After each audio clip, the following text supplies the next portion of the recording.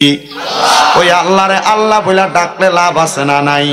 তাহলে সবাই ডান হাত তুলে উচ্চ কণ্ঠে জোরে ডাক দেন আল্লাহ।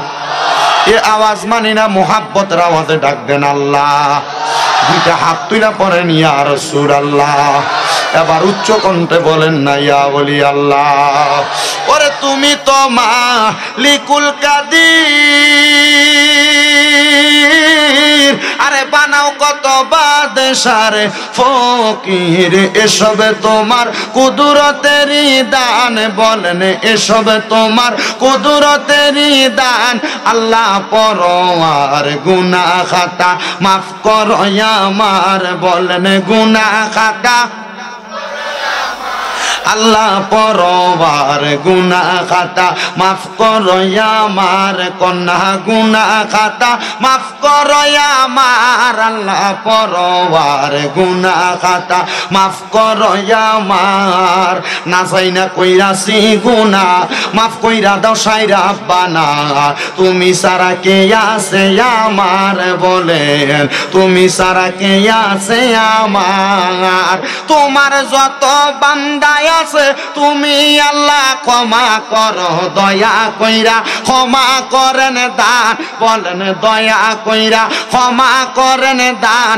আল্লাহ পরওয়ার গুনাহ খাতা মাফ করো। বলেন গুনাহ খাতা আল্লাহ পরওয়ার গুনাহ খাতা মাফ করো আমার। তোমার যত বান্দা আছে নারী বলো পুরুষ বলো ইবাদত করে যে তোমার। নারী পুরুষ বান্দা যত তুমি আল্লাহ ক্ষমা করো দয়া কইরা, ক্ষমা করেন দান। বলেন দয়া কইরা ক্ষমা করেন দান। আল্লাহ পরওয়ার গুনাহ খাতা মাফ করো আমার।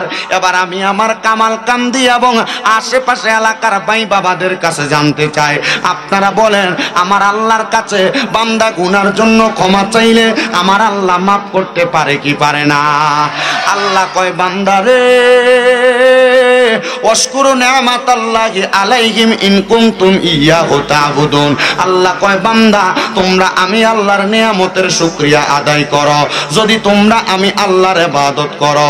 এবার আপনারা বলেন নামাজ রোজা হজ যাকাত দান সদকা যত রকমের ইবাদত আছে আমরা সবাই করি কার জন্য? জোরে কথা কয় না কার জন্য? আল্লাহর জন্য ইবাদত করি। আল্লাহ কয় বান্দা আমি আল্লাহর জন্য সকল কিছু যেহেতু তোমরা করো, তোমরা আমি আল্লাহর বেশি বেশি শুকরিয়া আদায় করো। সাহাবায়ে কেরাম আমার নবীরে ডাক দিয়া কই ইয়া রাসূলুল্লাহ ইয়া হাবিবাল্লাহ, নবী গো আপনি নবীর কাছে জানতে চাই আল্লাহ তাআলার শুকরিয়া কেমনে আদায় করে, আপনি নবী আপনার উম্মতের শিখিয়ে দেন। নবী আমার বলে এক নাম্বার আল্লাহ তাআলার শুকরিয়া আদায় করার জন্য তোমাদেরকে আমার আল্লাহ তাআলা মাধ্যম দিয়েছে অবিল ইবাদাতি, আমার আল্লাহ তাআলার বেশি বেশি ইবাদত করা। দুই নাম্বার বিতালাওয়াতিল কোরআন, আমার আল্লাহ তাআলার কোরআন তেলাওয়াত করা। বন্ধুরে ও আমার কামাল কান্দি এলাকার ভাই বাবারা বন্ধুরা, আল্লাহ তাআলার কোরআন তেলাওয়াতের কথা যদি আমি আপনাদেরকে বলি আমার মনে হয় না মাদ্রাসার ছাত্র ছাড়া এখানে যারা প্রাপ্তবয়স্ক মানুষ আছেন বয়স্কদের মধ্যে বেশিরভাগ আল্লাহ তাআলার কোরআন ঠিক মতো পড়তে পারেন না। আল্লাহ তাআলার কোরআনুল কারীমের কয়েকটা কেরাত সুন্দর করে তেলাওয়াত করতে পারেন না। পর্দার অন্তরালে অনেক মা বোনেরা বসে আছেন, আপনারা আল্লাহ তাআলার কোরআন তেলাওয়াত করতে অলসতা প্রকাশ করেন। আগের যুগে বিভিন্ন ঘরের আনাচে কানাচে দিয়া সকালবেলা ফজরের নামাজ পড়া যখন হাঁটা হইতো দেখা যাইতো মা বোনদের ঘরের মধ্য থেকে কোরআন তেলাওয়াতের আওয়াজ শোনা যায়, কিন্তু এখন ঘরের সামনে দিয়ে হাঁটলে বেরিয়েতে নাকের ডাক শোনা যায়। কথা কন না কেন? ঘরের মধ্যে রোগ বালা মুসিবত ছাড়ে না, অসুখ ছাড়ে না, স্বামীর ইনকামে বরকত হয় না, আছে না? সন্তানের রোগ বালা মুসিবত ছাড়ে না। আমি আমার এই কামাল কান্দি এলাকার মা বোনদের কাছে বলবো, মা গো মা, যদি ঘরের মধ্য থেকে রোগ বালা মুসিবত দূর করাইতে চাও, যদি ঘরের মধ্যে প্রশান্তি আনতে চাও, কামাই রুজির মধ্যে বরকত আনতে চাও, তাহলে তোমরা আমার আল্লাহ তাআলার কোরআন বেশি বেশি করে তেলাওয়াত করবা। আমি মাহে রমজান মাসে আমার মসজিদের অনেক মুসল্লিদেরকে দেখি, তারা আল্লাহ তাআলার কোরআনটা খুইলা কোরআনের দিকে তাকায় তাকায় কান্দে।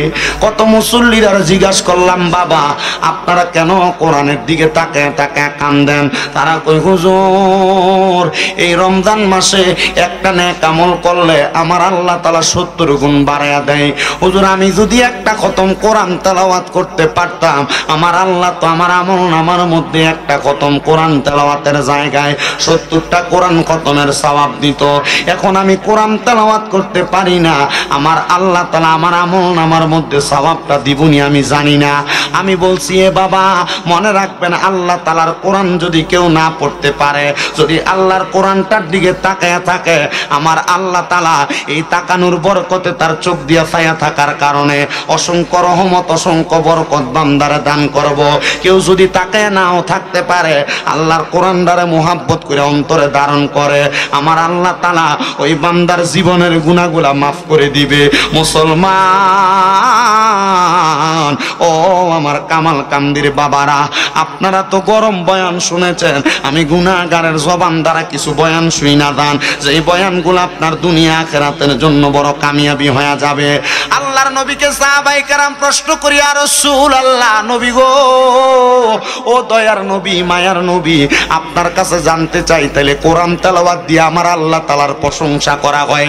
আমার নবী কই, উম্মত সত্য কথা, আল্লাহ তাআলার কোরআন তেলাওয়াত করলে আল্লাহর প্রশংসা আদায় হয়ে যাবে।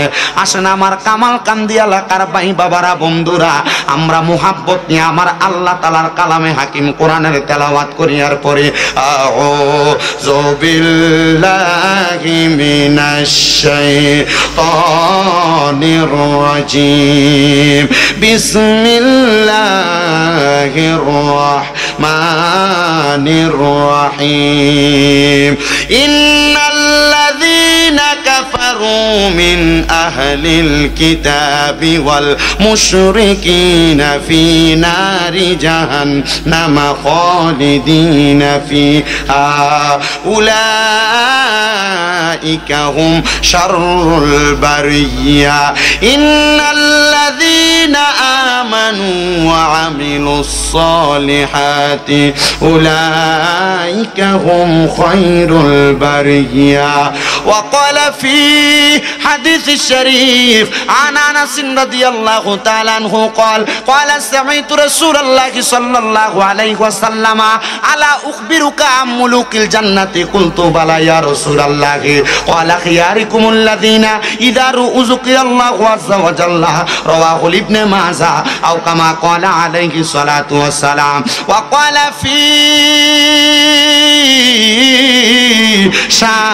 شان حبيبه ومحبوبه ومعشوقه مخبرا وآمرا إن الله وملائكته يصلون على النبي يا أيها الذين آمنوا صلوا عليه وسلموا تسليما اللهم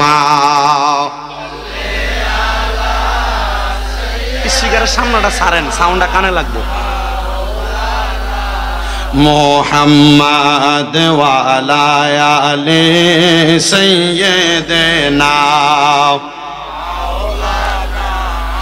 দয়াল নবীর ফসিনা মুবারক মেশকের চাইতে আরো সুগ্রান, মায়ার নবীজির ফসিনা মুবারক মেশকের চাইতে আরো সুগ্রান। সাহাবীরা আতর রূপে করতেন তাহা ব্যবহার। আল্লাহুম্মা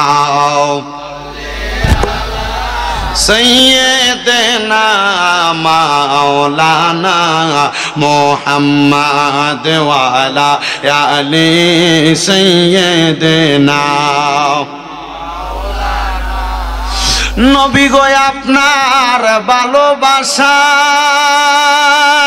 জীবনের গুনাহ ঝরে যায়। নবী গো আপনার ভালোবাসায় ওয়াসাল করনি জুব্বা পায়। আল্লাহুম্মা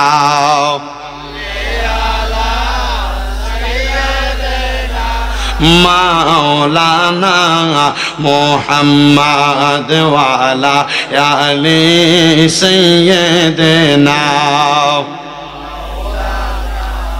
লা ইলাহা লা ইলাহা লা ইলাহা ইল্লাল্লাহ লা সাউন্ডটা বাড়াও লা ইলাহা ইল্লাল্লাহ লা ইলাহা ইল্লাল্লাহ।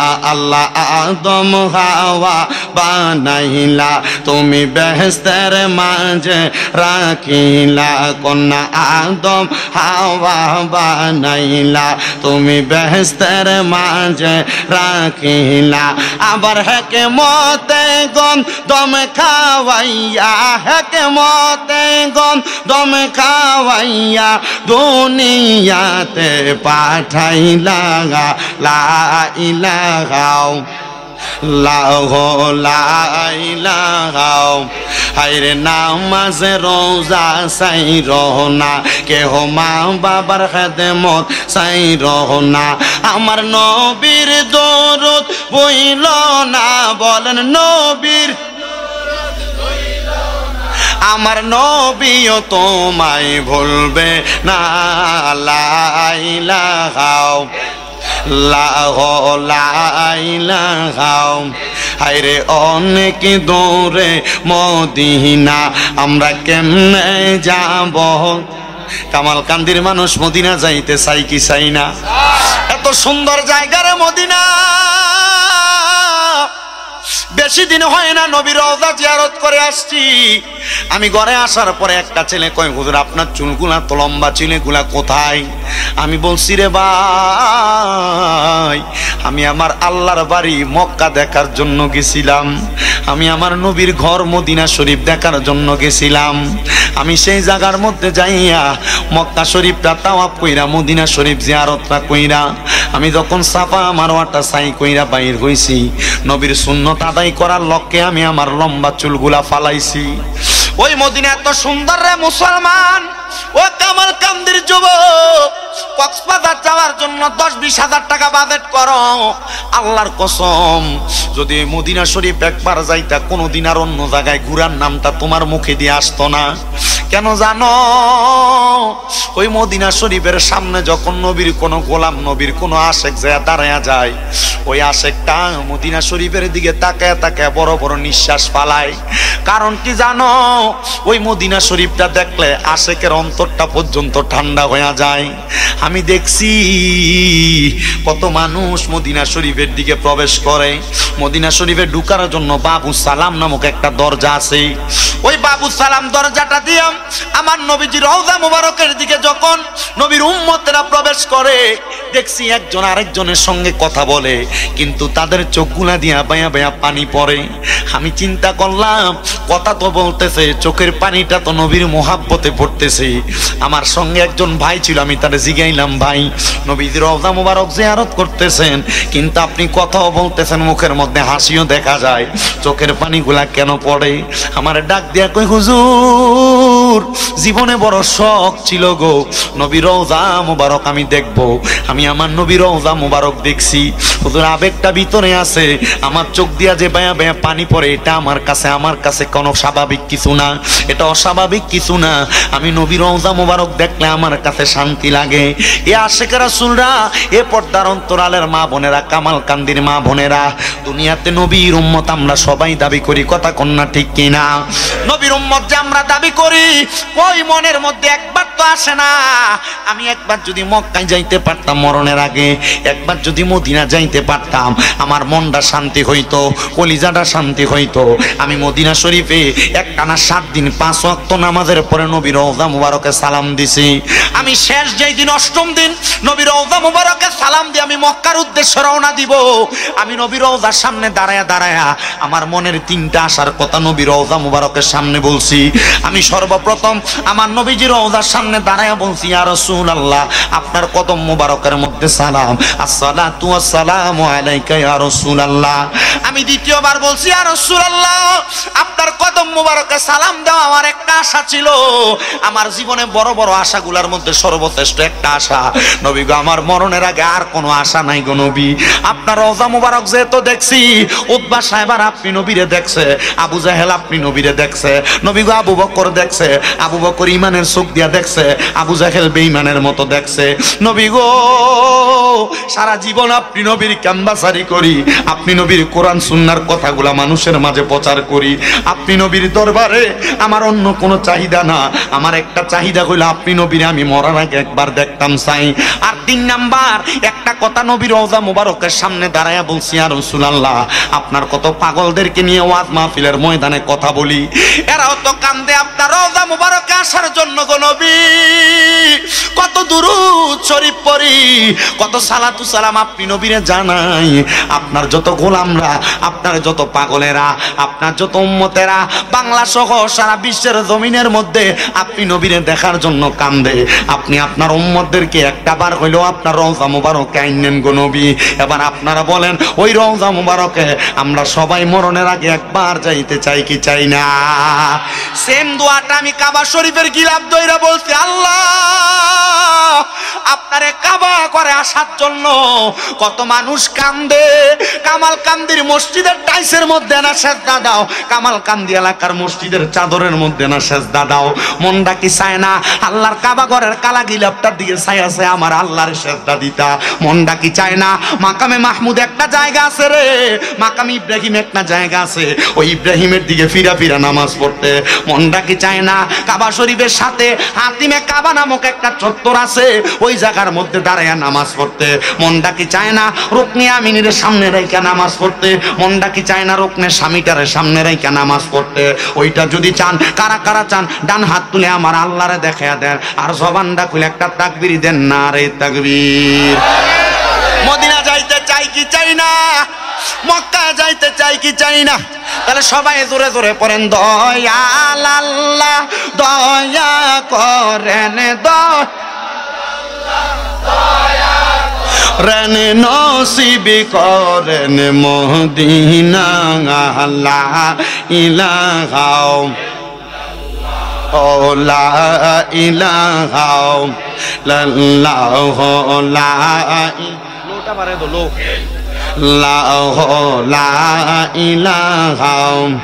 বন্ধু নামাজে রোজা চাই রহনা, কেহ মা বাবার খেদমতে চাই রহনা, আমার নবীর দরদ বইল না, আমার নবীর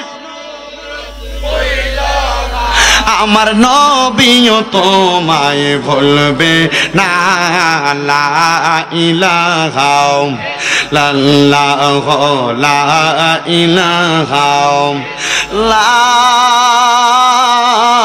ইলাহা ইল্লাল্লাহু মুহাম্মাদুর রাসূলুল্লাহ সাল্লাল্লাহু আলাইহি ওয়াসাল্লাম। হে আমার কামাল কান্দি এলাকার দাড়ি পাকা মুরব্বী বাবারা, যুবক নওজোয়ান বন্ধুরা, পর্দার অন্তরালের মা বোনেরা, আমি যদি প্রশ্ন করি আপনারা মাহফিলে কেন আসছেন? আপনাদেরকে তাবারক দিবে, খানা দিবে, এই জন্য আসছেন? আপনারা বলবেন না।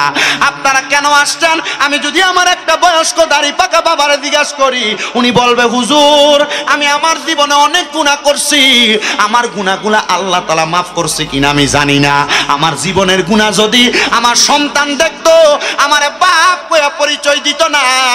এ কামাল কান্দির মানুষ, ও মুরাদনগরের মানুষ, দোষ আমি শামীম দাদার কথা দিয়ে তোমরারে বুঝাই আমার গুনাহ যদি তোমরা দেখতা আজকের মাহফিলে আমার প্রধান বক্তা বানাইছো আমার এলাকার মধ্যে তোমরা ঢুকতে দিতা না আমার জীবনে এত গুনাহ আমি আমার আল্লাহ তাআলার দরবারে লাখ লাখ শুকরিয়া আদায় করি গো আল্লাহ আমার গুনাহগুলা তুমি গোপন করে রাখছো পর্দার অন্তরালের মা বোনেরা একবার চিন্তা করো তোমার জীবনের গুনাহ যদি তোমার স্বামী দেখতো তোমার কিন্তু ঘরের মধ্যে জায়গা দিত না বন্ধু বান্ধব যদি আপনার গুনাহ দেখতো লুকিয়ে লুকিয়ে গুনাহ করছেন গোপনে গোপনে গুনাহ করছেন আপনার গুনার খবর কেউ জানে না জানে একজন কামারকান্দির মানুষ বলেন তিনি কে এলাকাতে কোনো মানুষ যদি চুরি করে রাস্তা দিয়া যাওয়ার সময় মানুষ ডাক দিয়া কয় দেখ না রে চোর চইলা যায় কারণ মানুষ জানে সে চুরি করছে তার চোর কইয়া ডাক দেয় আল্লাহ আমি যে মিথ্যা কথা বলি তুমি যে আমার কপালের মধ্যে লেখা দাও না আমি মিথ্যাবাদী আল্লাহ তুমি যে দুনিয়ার জমিনের মধ্যে আমি বান্দা দুনিয়াতে নামাজ পড়ি না একবার তো লেখা দাও না আমি বেনামাজি আল্লাহ আমারে মানুষ গুনাহগুলা না দেখে আমারে বালা জানতাছে আমি উপর দিয়া ভালো আছি কথা সত্য কিন্তু আমার গুনার কারণে আমি তোমার কাঠগড়ায় ধরা পড়া যাব আমরা জানি ইন্না বাতুশা রাব্বিকা লাশাদীদ নিশ্চয়ই আল্লাহর ধরা শক্ত ধরা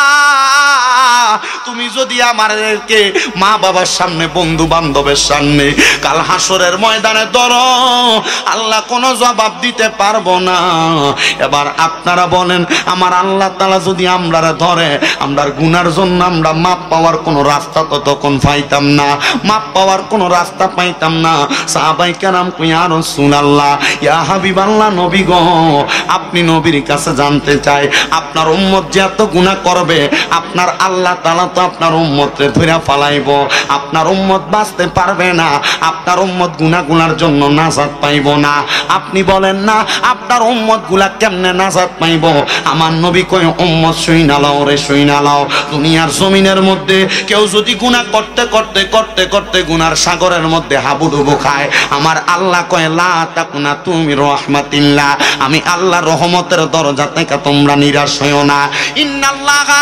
নিশ্চয় আমি আল্লাহ ইয়াগফিরুজ যুনুবা জামিয়া সকল প্রকার বড় বড় গুনাহগুলো ক্ষমা করে দেয় ইন্নাহু হুয়াল গফুরুর রহিম নিশ্চয়ই তিনি আল্লাহ যিনি ক্ষমাশীল এবং দয়ালু।